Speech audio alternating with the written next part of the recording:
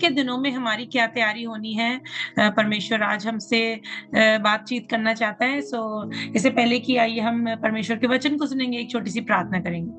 धन्यवाद के साथ यीशु मसीह, मैं आपके पास आती हूँ परमेश्वर, धन्यवाद देती हूँ कि आपने मुझे चुना परमेश्वर, कि आपकी आवाज़ में बन सकूँ। इस समय मैं अपने आप को पूरी तौर से आपके लहू में ढाँपती हूँ यीशु मसीह, और प्रार्थना करती हूँ पवित्र आत्मा, आप अपना कंट्रोल मुझ पर लें। बोलने वाली मैं नहीं, लेकिन परमेश्वर आपका आत्मा हम सब से आज शाम को बातचीत करे। गड़बड़ी डालने वाली हर एक आत्मा को मैं इस समय यीशु के नाम से दूर भगाती हूँ और प्रार्थना करती हूँ परमेश्वर आपकी उपस्थिति से हम सब भर जाए। यीशु के नाम से इस प्रार्थना को कहती हूँ, आमीन। जो वचन मैं आज आपके साथ बाँटना चाहती हूँ, वो बहुत ही ज़्यादा कॉमन वचन है, जो बहुत बार हमने सुना है, जो हमें मिलता है मत्ती उसका 25वां अध्याय और उसका 1 से लेकर 13वीं आयत तक, और ये 10 कुँवारियों का दृष्टांत है। और जब मैंने परमेश्वर को जानना शुरू करा, यीशु मसीह को जानना शुरू करा, जब इस पैराबल को पढ़ा था, तो this parable became one of my favourite parables. लेकिन बहुत सी बातें इसमें हमें पता चलती हैं। 5 मूर्ख कुँवारी हैं, 5 बुद्धिमान कुँवारी हैं, और मैंने जब इस पैराबल को पढ़ना शुरू करा और परमेश्वर के वचन से सीखना शुरू करा, तो मैं हमेशा ये सोचती थी कि मैं मूर्ख कुँवारियों की तरह नहीं, मैं बुद्धिमान कुँवारियों की तरह ही रहूँगी। लेकिन इसमें हमारा चुनाव कम होता है, लेकिन परमेश्वर का अनुग्रह बहुत बड़ी बात है। खैर मैं आज मूर्ख और बुद्धिमान कुँवारियों के विषय में ज़्यादा नहीं बोलूँगी, लेकिन कुछ बातें परमेश्वर ने मुझे इस दृष्टांत से आज के दिन के लिए बताई हैं। हम सबसे पहले पढ़ेंगे मत्ती 25 उसका 1 से 13 तक। यहाँ इस प्रकार लिखा है, तब स्वर्ग के राज्य की तुलना उन 10 कुँवारियों से की जाएगी, जो अपने दीपक लेकर दूल्हे से मिलने को निकली। उनमें 5 मूर्ख और 5 बुद्धिमान थीं। क्योंकि मूर्खों ने जब दीपक लिए, तो उन्होंने अपने साथ तेल नहीं लिया, परंतु बुद्धिमानों ने अपने दीपकों के साथ कुप्पियों में तेल भी लिया। जब दूल्हे के आने में देर हो रही थी, तो वे सब ऊँघने लगी और सो गईं। परंतु आधी रात को पुकार मची, देखो दूल्हा आ रहा है, उससे भेंट करने चलो। तब वे सब कुँवारियाँ उठ बैठी और अपना-अपना दीपक ठीक करने लगी। और मूर्खों ने बुद्धिमानों से कहा, हमें भी अपने तेल में से कुछ दो, क्योंकि हमारे दीपक बुझने पर हैं। परंतु बुद्धिमानों ने उत्तर दिया, नहीं, ये हमारे लिए और तुम्हारे लिए पूरा ना होगा। अच्छा है कि तुम दुकानदारों के पास जाकर अपने लिए मोल लो। जब वे मोल लेने को चली गईं, तो दूल्हा आ गया, और जो तैयार थीं, वे उसके साथ विवाह भोज में अंदर चली गईं। तब द्वार बंद कर दिया गया। बाद में वे दूसरी कुँवारियाँ भी आकर कहने लगी, स्वामी, हे स्वामी, हमारे लिए द्वार खोल दे। परंतु उन्होंने उत्तर दिया, मैं तुमसे सच कहता हूँ, मैं तुम्हें नहीं जानता। इसलिए जागते रहो, क्योंकि तुम ना उस दिन को जानते हो और ना ही उस घड़ी को। और ये वचन हमको कुछ बातों को यहाँ बताता है, जो इन दिनों में एक रिमाइंडर की तरह हमारे लिए है यहाँ पर। सबसे पहली बात तो हमने पहली बार बहुत बार इस पैराबल को सुना होगा। ये 10 कुँवारियाँ चर्च का प्रतीक हैं, और उन लोगों का प्रतीक हैं जिन्होंने यीशु मसीह को परमेश्वर का पुत्र माना है, अपने हृदय में इस बात पर विश्वास किया, अपने मुँह से अंगीकार किया है कि यीशु ही परमेश्वर का पुत्र है और मेरे लिए उद्धार का कारण बना है। और जितने लोगों ने यीशु मसीह पर विश्वास किया है, उन्होंने उद्धार को प्राप्त किया है। और वो सब जिन्होंने उद्धार को प्राप्त किया है, वो सब यीशु मसीह की कलीसिया हैं, यीशु मसीह का बदन है, जिसको लेने के लिए यीशु मसीह जल्द ही दोबारा आ रहे हैं। मैं और आप वही कलीसिया हैं, और जब हम कलीसिया का हिस्सा बनते हैं, हम एक मसीही यात्रा को आरंभ करते हैं, हम एक मसीही दौड़ को आरंभ करते हैं। और बिल्कुल उसी प्रकार से इन 10 कुँवारियों के लिए भी इसी प्रकार से लिखा है कि वे सब चली। और किस लिए चली? वो यीशु मसीह से दूल्हे से मिलने के लिए चली थी। ये उनका डेस्टिनेशन था कि उनको दूल्हे से मिलने के लिए जाना था, और उन्होंने अपनी यात्रा का आरंभ किया। और यात्रा के लिए उन्होंने क्या लिया? अपने साथ दीपक लिया। बिल्कुल उसी प्रकार से मैं और आप जब एक मसीही यात्रा को हमने शुरू किया, तो हमने भी अपने-अपने साथ अपना-अपना दीपक लिया। और जब मैं परमेश्वर के वचन में इसे ढूँढ रही थी कि क्या है ये दीपक? What is this lamp? So ये लैंप ज़्यादातर जगहों पे हमको परमेश्वर का वचन बताते हैं कि ये परमेश्वर का वचन स्वयं है। जैसे कि ब भजन संहिता 18 और उसके 28th वर्स में इस प्रकार लिखा है कि तेरा वचन मेरे पाँव के लिए दीपक और मेरे मार्ग के लिए उजियाला है। और दूसरा सैमुअल 22 और उसकी 29th वर्स में लिखा है कि यहोवा तू ही मेरा दीपक है। संकट के समय में तू ही है जो मुझे बचाता है और मैं तेरा ही सहारा लूँगा। परमेश्वर स्वयं वो दीपक है हमारे जीवन के लिए।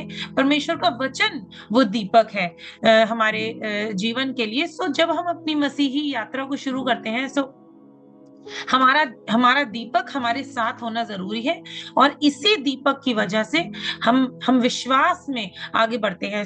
बिना विश्वास के हम अपने कदम को नहीं उठाते हैं, लेकिन एक मसीही विश्वास के ही द्वारा अपने कदम को आगे बढ़ाता है और अपनी यात्रा को शुरू करता है। और इस यात्रा में बहुत सी अच्छी बातें होती हैं हमारे साथ, बहुत सी ऐसी भी बातें होती हैं जो हमने शायद एक्सपेक्ट नहीं करी थी और हमें नहीं पता है कि क्या-क्या अनप्रेसिडेंट एक्टिविटीज़ हमारे जीवन में आती रहती हैं। एक मसीही दौर में हमें बहुत बार ह्यूमिलिएशन का सामना करना पड़ता है, निंदा का सामना करना पड़ता है। बहुत सी ऐसी बातें जो हमें नीचा दिखाती हैं। बहुत से सैक्रिफाइसेस हम इस जीवन में यीशु मसीह के लिए करते रहते हैं और हम आगे बढ़ते रहते हैं। और जब हम इन 10 कुँवारियों को देखते हैं, तो पहली ही आयत हमको ये बात बताती है कि उन्होंने अपने दीपक लेकर दूल्हे से मिलने को निकली। इन 10 कुँवारियों का जो डेस्टिनी थी, जो लास्ट था, उनको दूल्हे से मिलना था। और मेरे और आपके जीवन में भी इन दिनों में हम जानते हैं कि कलीसिया की डेस्टिनी क्या है? We will be meeting Christ in clouds when he is going to arrive soon. और ये इस लास्ट फेज़ में मुझे लगता है कि जितने विश्वासी हैं वो इस बात को समझ रहे हैं, सारी बातों को अपने आस-पास देखते होते हुए कि हम शायद इस लास्ट फेज़ में बिल्कुल पहुँच ही गए हैं। हमारे चारों ओर इसी बात का शोर हो रहा है कि यीशु मसीह का आना बहुत निकट है। इतना निकट है कि बस हमें नहीं पता, शायद वो बस होने ही वाला है। और कुछ टाइम पहले भी जब हमने मैं जब इंटरनेट खोलती थी या रील्स देखते थे, बहुत से मैसेजेस आने लगे थे कि वो टाइम आ गया है जब यीशु मसीह का आना है और ब्लड मून्स दिखेंगे और ये साइन दिखेंगे, आसमान में ये चिन्ह दिखेंगे, ऐसा होगा, वैसा होगा। और फिर धीरे-धीरे हम सब बहुत और अभी कुछ 1-2 दिन पहले ही हम कहीं शाम को रात में जा रहे थे और मून बहुत बिल्कुल ऑरेंज और अजीब से कलर का दिख रहा था और मैं कहने लगी अपने हस्बैंड से कि ये कैसा-सा अजीब-सा कलर दिख रहा है ना मून का। तो हस्बैंड कहने लगे कि हाँ, ये वैसा है जैसे ब्लड मून के लिए बहुत बताया जाता था और कहने लगे कि अब ये सब बातें एकदम ठंडी पड़ गई है ना। और जैसे हस्बैंड ने ये बोला कि अब ये सब बातें एकदम ठंडी पड़ गई, अचानक से मेरे को वो लगा कि सचमुच में ये बातें जब हम थोड़े टाइम पहले सुनते थे तो कितना ज़्यादा एक्साइटमेंट था कि हाँ, यीशु मसीह का आना बहुत निकट है, अपने आप को तैयार कर लो। लेकिन वो धीरे-धीरे सब फिर से ठंडा पड़ गया है और मैं तो अपने जीवन में ही देखती हूँ कि मुझे लगता है कि मैं पहले से भी ज़्यादा बिज़ी हो गई हूँ। इतना ज़्यादा बिज़ी हो गई हूँ कि शायद टाइम ही नहीं मिलता। पहले मैं ज़्यादा समय परमेश्वर के साथ बिताती थी और अभी भी दिन में उतने ही 24 घंटे हैं, वही काम है, वही स्कूल जाना, वही घर के काम करने, बच्चों को देखना, सब कुछ करना। लेकिन अब ऐसा लगता है इतने ज़्यादा बिज़ी हो गए हैं कि कई बार परमेश्वर के साथ ही बैठने का मौका नहीं मिलता। लेकिन फिर भी परमेश्वर अपने लोगों को बार-बार झंझोड़ता है और बार-बार इस बात को स्मरण दिलाता है, भले ही हम कितने ही बिज़ी क्यों ना हो जाएँ, लेकिन उसका आना बहुत ही ज़्यादा नज़दीक है। इट इज़ वेरी इमिनेंट और वो आना निश्चित ही है। भले ही उसमें देर हो रही हो, लेकिन वो आना बहुत निश्चित है। और हम इस अपने इस मसीही जीवन के बिल्कुल ही आखिरी पड़ाव में पहुँच गए हैं, जहाँ यीशु मसीह का आना बहुत ज़्यादा नज़दीक है। और मैं इस बात को दावे के साथ इसलिए कह सकती हूँ, क्योंकि जिस इंटेंसिटी के साथ यीशु मसीह अपने लोगों के ऊपर पवित्र आत्मा उंडेल रहा है, जिस इंटेंसिटी के साथ यीशु मसीह इन दिनों में अपने लोगों से बातचीत कर रहे हैं, जिस तीव्रता के साथ यीशु मसीह ड्रीम्स दे रहे हैं लोगों को, विजन्स के थ्रू बातें कर रहे हैं, वो इतना ज़्यादा बढ़ गया है। और लोगों को मैंने जो अपने जीवन में अभी रिसेंटली एक्सपीरियंस किया है कि लोग जो अपने ड्रीम्स शेयर करते हैं, वो अब इन बातों को शेयर कर रहे हैं कि यीशु मसीह का आना कोई बहुत डिस्टेंट बात नहीं रह गई, लेकिन वो बिल्कुल लास्ट मिनट कॉल है अब ये। और मेरी बेटी को बहुत ज़्यादा रैप्चर के लिए ड्रीम्स आते हैं और लास्ट डेज़ के बहुत ड्रीम्स आते हैं। और रिसेंटली जो उसको ड्रीम परमेश्वर ने दिया वो ये था कि वो हम छत पे खड़े हैं, अंधेरा है और छत पे उसको दिख रहा है कोई पार्टी सी चल रही है और चर्च के ही लोग हैं। और वो दूसरी तरफ देखने लगी और वो देख रही है कि मतलब उसको अंधेरे में ये दिख रहा है कि द वर्ल्ड इज कोलैप्सिंग और लोग उसमें गिर रहे हैं अंधेरे में। और उसको समझ में नहीं आ रहा अचानक से क्या हो रहा है, और वो जो कोलैप्स है वो हमारे घर की ओर बढ़ रहा है अंधेरे में। और ड्रीम में ही उसको समझ में आया कि रैप्चर हो रहा है, और वो बहुत घबरा गई ड्रीम में ये सोचकर कि वो तो अभी रेडी नहीं है। और वो ड्रीम में ही ये इस बात को बोलने लगी कि जीसस मैं तो रेडी हूँ नहीं, और ये रैप्चर हो रहा है और ये तो मेरी तरफ बढ़ रहा है, इसमें लोग गिरते जा रहे हैं और मेरा क्या होगा अब। और जैसे ही वो चीज हमारी छत तक पहुंची, उसने देखा कि वो चीज रुक गई। और उसने पलट के देखा तो मतलब उसको ऐसा लगा कि जैसे कोई डोर खुला है छत में ही, दूसरी तरफ जाने के लिए एक जैसे पोर्टल सा खुला है, एक डोर सा खुला है।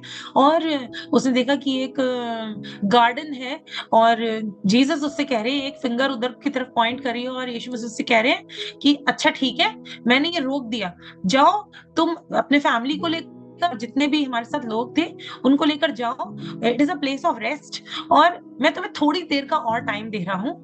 और थोड़ी देर के लिए मैं तुम्हें समय और दे रहा हूँ। और फिर उसकी अचानक से नींद खुल गई और मुझे ये मेरे साथ शेयर कर ली। और जितना वो डरी हुई थी, मैं भी बहुत घबरा गई इस बात को सुन के कि सचमुच में यीशु मसीह का आना कितना ज्यादा निकट है। और लेकिन क्योंकि कलीसिया तैयार नहीं है अभी, कलीसिया जिस प्रकार से हम इस पैराबल में देखते हैं, क्योंकि दूल्हे का आना में देर हो रही थी, इसलिए 10 कुमारियां सो गई। और इस समय कलीसिया की भी यही सिचुएशन है, कलीसिया में लोग इस समय सो गए हैं। हम यीशु मसीह का इंतजार करते करते शायद थक गए हैं, इतना थक गए हैं कि हम स्पिरिचुअली हम शायद हम ऊँघने लगे हैं, हम सोने लगे हैं। और यही उसको ड्रीम में मेरी बेटी को दिखाया परमेश्वर ने कि क्योंकि कलीसिया तैयार नहीं है, इसलिए मैं थोड़ी देर के लिए और रोक दे रहा हूँ। और जिस जगह पर उसको दिखाया कि मैं तुम्हें भेज रहा हूँ, it was a place of preparation, कि तैयार कर लो अपने आप को, क्योंकि वो ड्रीम में ये कहती कि जीसस मैं तो रेडी नहीं हूँ, मैं कैसे जाऊंगी। तो परमेश्वर ने उससे कहा ठीक है, मैं तुम्हें थोड़ा टाइम दे रहा हूँ, लेकिन this time is also limited. कितनी देर तक परमेश्वर इंतजार करेंगे, कभी ना कभी तो उसका आना है ही। और जिस प्रकार से लोगों को इन दिनों में परमेश्वर रिवील कर रहे हैं, वो यही बता रहे हैं कि बहुत ज्यादा निकट है, इतना ज्यादा निकट कि हम शायद सोच भी नहीं सकते कि कितना निकट है। इन दिनों में हम बहुत सी और बातों को कर रहे हैं, हमने काम में बहुत बिजी हैं, घर में ऐसे लगता है बहुत ज्यादा काम है, कैसे हम इन सब बातों को पूरा करेंगे, काम में इतना ज्यादा प्रेशर है, हम टाइम नहीं निकाल पा रहे हैं। लेकिन इसी बहुत हौच-पौच में हम इस बात को हमेशा याद रखें, परमेश्वर का पवित्र आत्मा हमको बार-बार इस बात को याद दिला रहे हैं कि उसका आना बहुत ज़्यादा निकट है। और वर्स 6 में इस प्रकार लिखा है, परंतु आधी रात को पुकार मची, देखो दूल्हा आ रहा है, उससे भेंट करने चलो। और जिस प्रकार से इन 10 कुँवारियों के जीवन में वो टाइम आया जब वो शायद वो सो गई थी, इंतज़ार करते-करते थक गई थी, अचानक से शोर मचा और शोर ये मचने लगा कि दूल्हा आ गया है। और यदि आप अपने चारों तरफ देखें, जो हमारे चारों तरफ दुनिया में जो बातें हो रही हैं और हम जो बाइबल को जानने वाले लोग हैं, हम बाइबल की मैसेजेस को सुनते रहते हैं इंटरनेट पे, हम बहुत सी न्यूज़ देखते रहते हैं, बहुत सी कमेंट्रीज़ को सुनते रहते हैं बाइबल स्कॉलर्स के द्वारा। सो मैं और आप इस बात को जानते हैं कि जो कुछ हमारे चारों तरफ हो रहा है, जो कुछ पॉलिटिकल सिनेरियोज़ आजकल दुनिया में चल रहे हैं, जो कुछ दूसरे देशों में हो रहा है, हमारे देश में हो रहा है, हमारे आस-पास जो हो रहा है, वो सब इन्हीं बातों को इंडिकेट कर रहा है कि यीशु मसीह का आना कितना निकट है। एक्चुअली एक तरीके का शोर मच रहा है। यद परमेश्वर का वचन कहता है, जिसके कान हो वो सुन ले। सो यदि मेरे और आपके कान खुले हैं, सो हमें बहुत ज़्यादा अलर्ट रहने की ज़रूरत है इन दिनों में, क्योंकि शोर ये मच गया है कि देखो दूल्हा आ गया है, उठो और उससे भेंट करने चलो। सो मेरे और आपके लिए शायद ये लास्ट कॉल है। It is the last moment कि अब दुनिया में शोर मच ही चुका है। मुझे नहीं पता कि जितने हम यहाँ बैठे हैं, हम क्या एक्सपेक्ट कर रहे हैं कि जब यीशु मसीह का आना होगा, तो क्या बातें होंगी? हो सकता है कि हमारी पर्सनल एक्सपेक्टेशन कुछ डिफरेंट हो, लेकिन परमेश्वर का वचन तो इसी बात को इंडिकेट कर रहा है कि शोर मचेगा और मैं और आप इस बात को जानते हैं कि एक शोर मच रहा है और वो शोर उस शोर में हमको परमेश्वर का पवित्र आत्मा इसी बात को इंडिकेट कर रहा है कि देखो दूल्हा आ पहुंचा है। The time has come. और इस लास्ट मोमेंट पे तो मैं जब इन बातों को सोचने लगी तो मैं सोच लगी कि परमेश्वर जब ये लास्ट मोमेंट है तो हमें क्या करना है, what do we have to do. और जो इन 10 कुमारियों को यदि हम देखें तो ये क्या करने लगी, ये उठी जैसे ही शोर मचा, ये उठी, उन्होंने अपने अपने दीपक को ठीक किया और अपनी विक्स को ट्रिम किया, अपने कपड़े झाड़े बुहारे और वो फिर से उन्होंने अपनी जर्नी को स्टार्ट किया दूल्हे को मिलने के लिए। लेकिन जो मूर्ख कुँवारियाँ थीं, उन्होंने बहुत ज़्यादा मूर्खता का काम किया था कि उन्होंने अपने साथ तेल नहीं लिया था। देवन उन्होंने शायद आधे रास्ते के लिए वो रेडी थी। जब उन्होंने अपनी यात्रा को शुरू किया था, उनके साथ वो तेल था और मेरे और आपके जीवन में बिल्कुल ऐसा ही था। हमने जब मसीही यात्रा को शुरू किया, हमारे पास परमेश्वर का वचन था, हमारे पास परमेश्वर को वचन को समझाने के लिए पवित्र आत्मा की उपस्थिति थी। हर एक जन जो मुँह से अंगीकार करता है, हृदय में विश्वास करता है, उसके हृदय में परमेश्वर अपने पवित्र आत्मा को डालते हैं। क्योंकि बिना पवित्र आत्मा के कोई ये नहीं कह सकता कि यीशु ही परमेश्वर का पुत्र है। सो जब हमने अपनी मसीही दौड़ को शुरू किया था, हमको परमेश्वर ने अपने पवित्र आत्मा का दान दिया था। लेकिन वो समय आया जब हम सब ऊँघने लगे, शोर मचा, लेकिन मूर्ख कुँवारियाँ क्यों मूर्ख कहलाई गईं? क्योंकि उन्होंने अपनी उस दौड़ में, उस अपनी यात्रा में, उस पर पवित्र आत्मा की रिफिलिंग नहीं करी। शुरुआत में तो दिया गया एज़ अ गिफ्ट, लेकिन उस पवित्र आत्मा की रिफिलिंग करने के लिए हमें मेहनत करनी है। हमें हमें रोज़ की दौड़ परमेश्वर के साथ व्यतीत करनी है, हमें परमेश्वर की उपस्थिति में रोज़ रहना है, तब every day we get filled with the presence of holy spirit. और यही इन बुद्धिमान कुमारियों की का कैरेक्टरिस्टिक था। उन्होंने कुप्पी में अपने साथ पवित्र आत्मा की उपस्थिति ली। उन्होंने उस ऑयल को लिया और जब शोर मचा तो उन्हें और ज़्यादा कुछ करने की ज़रूरत नहीं थी, क्योंकि उनके पास ऑलरेडी ऑयल था। लेकिन इन मूर्ख कुमारियों के पास ऑयल नहीं था। और बिल्कुल इसी प्रकार से इन दिनों में जब शोर मच रहा है, शायद लग रहा है पूरे कलीसिया में एक हलचल मच गई है, शायद सब उठ रहे हैं। लेकिन जिन्होंने पवित्र आत्मा की उपस्थिति को अभी तक अपने साथ नहीं लिया है, मुझे पता नहीं कि उनके पास कितना टाइम है पवित्र आत्मा की उपस्थिति को रिफिल करने के लिए, लेकिन फिर भी परमेश्वर का वचन ऐसा बताता है, अनुग्रह का द्वार अभी भी खुला है। और जब मैं इस बात को सोचने लगी कि परमेश्वर, यदि हमारे पास पवित्र आत्मा की उपस्थिति नहीं है, कम होगी पवित्र आत्मा की उपस्थिति, हमें क्या करना है, इस लास्ट मिनट में हमें क्या करना है। सो कुछ बातें परमेश्वर ने मुझे बताई for a last minute preparation. So जब मैं इस बात पे ध्यान करने लगी कि हाँ, ये अंतिम घड़ी आ गई है और इस लास्ट मोमेंट पे हमें क्या करना है, किस प्रकार से अपने आप को तैयार करना है कि हम दूल्हे से मिलने के लिए तैयार हो जाएँ। तो चंद बातें परमेश्वर ने मुझे बताई कि हम लास्ट मिनट प्रिपरेशन में क्या कर सकते हैं। यदि हम अपने जीवन में वैसे देखें, एवरीडे लाइफ में बहुत सी ऐसी हमारे पास एग्ज़ामिनेशन की घड़ियाँ आती हैं कि हमें लास्ट मोमेंट प्रिपरेशन करना है। इंटरव्यू है, लास्ट मोमेंट पे हमें प्रिपरेशन करना है, एग्ज़ाम है, लास्ट मोमेंट प्रिपरेशन चल रही है, या कहीं पार्टी में जा रहे हैं, लास्ट मिनट के लिए अपने आप को शीशे में देख रहे हैं, कुछ टचअप करना है। सो हम क्या-क्या करते हैं? क्या कुछ नया कर पाते हैं? क्या कुछ नई बात को हम कर पाते हैं? जैसे बेटी का जब एग्ज़ाम होता है और कुछ टॉपिक्स वो बताती है मैंने नहीं प्रिपेयर करे हैं, तो मैं उससे ये कहती हूँ बेटा अब नहीं टाइम है कि तुम कुछ नया पढ़ो। अब जो तुमने पढ़ा है, उसी को तुम प्लीज़ ठीक से रिवाइज़ कर लो। उसी को तुम ब्रश अप कर लो। जितना आता है, उसे ठीक से कर लो। कुछ नया करने का टाइम नहीं होता है।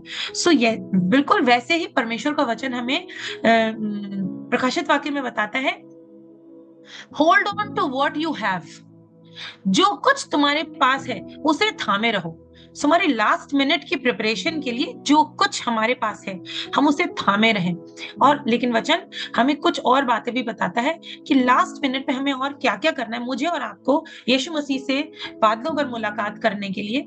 सो जब हम लूका 14 उसकी 16 से 24th वर्स तक पढ़ते हैं, ल्यूक 14, 16 टू 24, और इसी प्रकार से मैथ्यू 22 वर्सेस 1 टू 14। और यहाँ पर हम उस ज़ेवनार के बारे में पढ़ते हैं जहाँ पर एक अमीर व्यक्ति है, उसका बेटे की शादी होती है और वो अपने बेटे की शादी की खुशी में एक बहुत बड़े अरेंजमेंट को, बहुत बड़ी पार्टी को रखता है, बहुत से लोगों को न्योता देता है, लेकिन जिन लोगों को न्योता देता है वो नहीं आते हैं। सो वो लास्ट मोमेंट पे जो सड़क पे चल रहे हैं लोग, स्ट्रेंजर्स को इनवाइट करता है, और उसकी इन्विटेशन का बस एक ही कंडीशन है कि जो ड्रेस उसने दी है वो पहनकर आना है उन लोगों को। सो वो जितने स्ट्रेंजर्स होते हैं सब उस धनी व्यक्ति के पार्टी के में आ जाते हैं, उसके सेलिब्रेशन में एंजॉय करते हैं, और सब कोई उसी ड्रेस में ड्रेस्ड अप है जो उनको दिया गया है। लेकिन एक व्यक्ति उसको वहां पर ऐसा मिलता है जो उस ड्रेस में नहीं है, और फिर ये धनी व्यक्ति उससे बहुत नाराज होता है कि तेरे को भी वो कपड़ा दिया गया था तो क्यों नहीं आया उसमें। और जब उसके पास कोई जवाब नहीं होता तो उसको बाहर फेंक दिया जाता है और कहा जाता है कि इसको वहां फेंक दो जहां दांतों का पीसना और रोना है, क्योंकि the only condition that was set कि उस पार्टी को तुम एंजॉय कर सकते हो, मेरे सेलिब्रेशन में सहभागी हो सकते हो, be dressed in the clothes that I have given to you, और these are the clothes of righteousness. इस लास्ट मोमेंट पे हम क्या कर सकते हैं अपने परमेश्वर से मिलने के लिए? We have to be dressed in the clothes of righteousness. हमारे हमारे धर्म के काम तो मैले चिथड़ों के समान है, ऐसे परमेश्वर का वचन बताता है, लेकिन हमारे अधर्म को वो अपने धार्मिकता के वस्त्र से ढांक देता है। सो यदि मैं और आप उस बैंक्वेट के, उस सेलिब्रेशन के पार्ट होना चाहते हैं, यदि मैं और आप उस रैप्चर को हम ग्रहण करना चाहते हैं, उस रैप्चर का पार्ट होना चाहते हैं, सो सबसे पहली रिक्वायरमेंट तो यही है, मुझे और आपको परमेश्वर की धार्मिकता के वस्त्रों से ढके रहना है। कई बार मुझे ये ड्रीम आता है कि जब मैं सोच रही होती हूँ कि शायद मेरी दौड़ बहुत अच्छी चल रही है परमेश्वर के साथ, मैं सब कुछ वो कर रही हूँ जो परमेश्वर के वचन की रिक्वायरमेंट है, और मैं बहुत अच्छा कर रही हूँ। तभी मुझे अचानक से परमेश्वर एक ड्रीम देते हैं जिसमें मैं अपने आप को देखती हूँ, I am uncovered, I am naked, और मेरी नेकेडनेस रिवील हो रही है। कई बार दिखता है कि दूसरे देख पा रहे हैं उसको, कई बार दिखता है दूसरे तो नहीं देख पा रहे, लेकिन मैं अचानक से अपने आप को देखती हूँ, अरे! मैंने तो अपने आप को ठीक से ढाक ही नहीं रखा। और एक एक बड़े जोल्ट की तरह ये ड्रीम मुझे आते हैं, और मैं तब अचानक से शायद मैं ट्रैक से भटक जाती हूँ, अचानक से परमेश्वर मुझे याद दिलाते हैं, I am not going on the right track, something is wrong. और जैसे ही परमेश्वर मुझे ये ड्रीम देते हैं, मुझे अचानक से पवित्र आत्मा ही इस बात को याद दिलाते हैं, आई एम अनकवर्ड। मुझे अपने आप को फिर से परमेश्वर की धार्मिकता से ढाँकने की ज़रूरत है, क्योंकि मेरे काम तो ऐसे नहीं हैं कि मैं अपने आप को धर्मी कहला पाऊँ, या मैं चाहे कितना ही ओबीडिएंट होना चाहूँ, मैं कहीं न कहीं डिसोबीडिएंट हो ही जाती हूँ। मैं चाहे कितना ही अच्छा करना चाहूँ, मैं कहीं न कहीं चूक ही जाती हूँ। But it is only God's grace. और परमेश्वर के अनुग्रह के ही द्वारा वो हमें अपनी धार्मिकता से ढांक देता है। जब परमेश्वर हमें अपनी धार्मिकता से ढांक देता है, सो हमारी नेकेडनेस हमारे शत्रु को रिवील नहीं होती है। परमेश्वर हमें अपने आप से ढांक देता है, और ये सबसे खूबसूरत बात है एक मसीही दौड़ के लिए, कि हम उसके धार्मिकता के वस्त्र से ढके रहते हैं।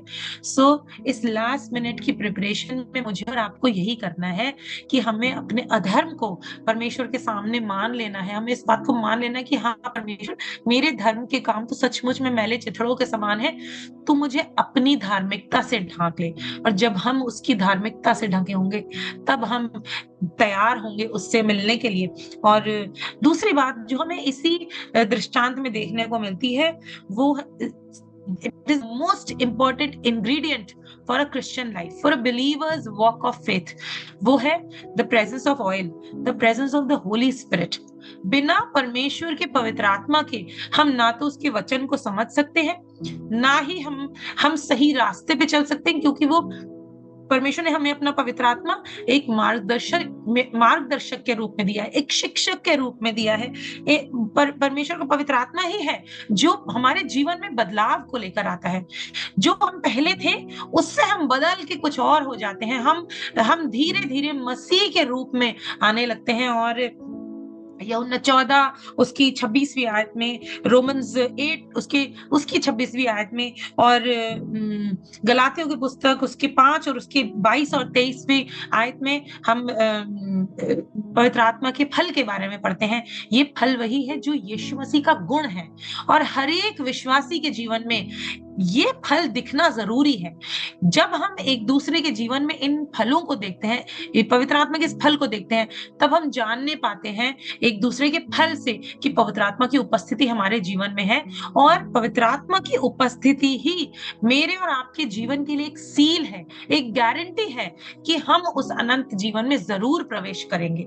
पवित्र आत्मा की उपस्थिति ही मेरे और आपके लिए एक कन्विक्शन है कि मैं और आप जरूर अपने प्रभु यीशु मसीह से बादलों पर हम भेंट करने पाएंगे। बहुत सी बार हमारे शत्रु हमारे जीवन में इन बातों को डालता है कि शायद तुम बादलों पे उससे नहीं मिल सकते, तुम में ये कमियां हैं। हमारी बहुत सी बातें हमको रिवील करता है शत्रु। लेकिन but when the presence of the holy spirit is there in our life, तब वो हमें परमेश्वर का वचन बताता है कि God does not condemn us, but he is coming, Jesus is coming to give us rewards, not to condemn us, not to judge us, but he will meet us to give us the reward that we deserve. So मेरे और आपके जीवन में पवित्र आत्मा के बहुत से कार्य हैं। उनमें से ये कुछ कार्य हैं जो पवित्र आत्मा ही हमारे जीवन में करता है। सो एक विश्वासी जीवन के लिए, एक विश्वासी दौड़ के लिए पवित्र आत्मा की उपस्थिति बहुत ज्यादा जरूरी है। और इस पैराबल के द्वारा तो हम यही जानते हैं, बिना पवित्र आत्मा की उपस्थिति के तो शायद हम यीशु मसीह से मिल ही नहीं पाएंगे। क्योंकि ये मूर्ख कुंवारियां इसीलिए दूल्हे से नहीं मिल पाई, क्योंकि उनके पास उनका दीपक बुझने लगा था, और उनके पास अब तेल ही नहीं बचा था कि वो अपने दीपक को जला सके। सो भले ही परमेश्वर का वचन हमारे पास है, लेकिन यदि पवित्र आत्मा की उपस्थिति मेरे और आपके जीवन में नहीं होगी, सो हम यीशु मसीह से मिलने नहीं पाएंगे। बिल्कुल ऐसा ही परमेश्वर का वचन बताता है। और परमेश्वर का वचन बताता है, यीशु मसीह ने निकोदेमुस से कहा, बिना नया जन्म प्राप्त किए तू स्वर्ग के राज्य को देख भी नहीं पाएगा।